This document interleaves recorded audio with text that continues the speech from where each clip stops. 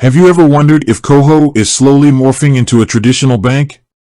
It's a question that has been circulating in financial circles for a while now, and it's one we're going to dive into today. Koho, once a simple prepaid card offering, has undergone a significant transformation in recent years. They've expanded their services, added features, and even launched a high-interest savings account. But does this mean they're abandoning their roots as a fintech disruptor and heading towards the familiar territory of traditional banking? 1. The evolution of Koho. Let's start by looking at how Koho has evolved over time. Remember when it was just a prepaid card for traveling and spending? Fast forward a few years, and we have a platform that offers everything from bill payments to investment options.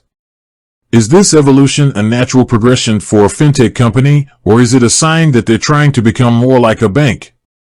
2. Key features and services. One of the key factors to consider is the range of features and services Koho offers. Do they align more with the traditional bank's offerings, or are they still unique and innovative? Let's break it down.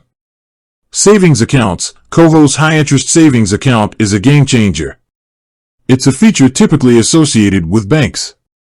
Investments. While some banks offer investment services, Koho's approach seems more focused on simplicity and accessibility. Bill payments. This is a standard feature for both banks and fintech companies. P2P transfers. Again, a common feature.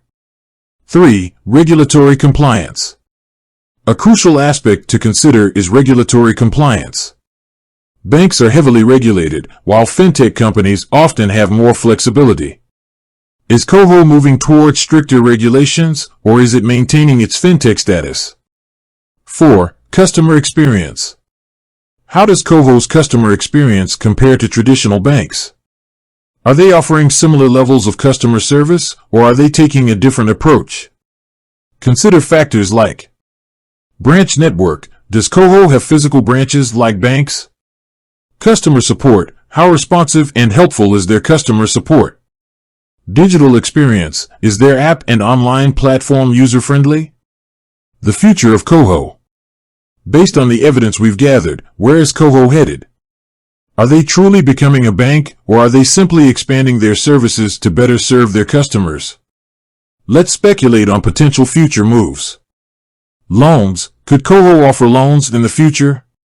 Credit cards. Would a Koho credit card make sense? So, to answer the question we posed at the beginning, is Koho becoming a bank? The answer is, it's complicated.